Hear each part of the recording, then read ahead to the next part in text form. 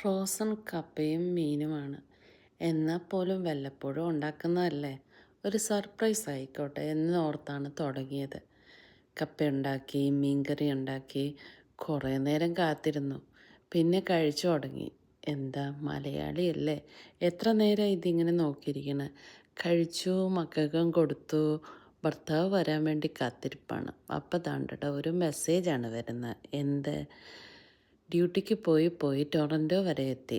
അന്നേരം കസിൻ്റെ വീട്ടിൽ പോയി. അവൻ നാട്ടിൽ പോയി വന്നപ്പോൾ സാധനങ്ങൾ കളക്ട് ചെയ്യാൻ വേണ്ടിയിട്ട്. എന്നിട്ടോ വിളിക്കുന്ന സമയം ഒരു 7:30 8:30 ആയി. എന്നാൽ പിന്നെ ഇനിയിപ്പോൾ തിരിച്ചു വരണോ? നാളെ ഇതേ സ്ഥലത്തേക്ക് തന്നെയാണ് ജോലിക്ക് വരേണ്ടതെന്ന്.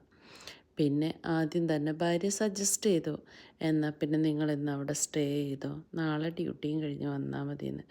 എന്തൊരവസ്ഥയല്ലേ, ഒന്നിനും ഒരു സ്ഥിരതയില്ലാന്നേ.